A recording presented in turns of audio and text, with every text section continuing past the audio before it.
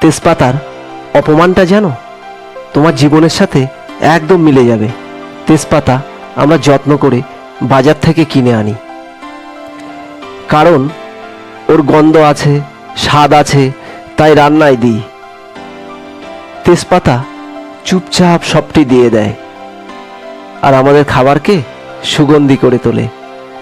কিন্তু খাবার খাবার সময় তুমি কি কখনো তেজপাতাকে খেয়াল করেছো?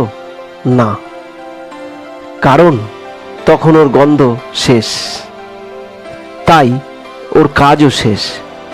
তাই আমরা ওকে কি করি, প্লেটের এক পাশে সরিয়ে রাখি আর শেষে ডাস্টবিনে ফেলে দেই। একবারও ভাবি না তেজপাতা না থাকলে আমাদের খাবারের সুগন্ধটা আসতোই না। মানুষের জীবনটা ঠিক এই রকম, যতক্ষণ তুমি দিতে পারবে ততক্ষণ তুমি দরকারি, আর যখন থেকে তুমি দিতে পারবে না তখন তুমি এক টুকরো তেজপাতা।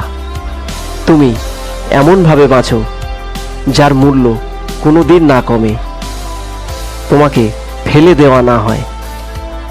তুমি তেজপাতার মতো ব্যবহার হচ্ছ না তো? যদি না হও কমেন্টে লিখো না অথবা হ্যাঁ।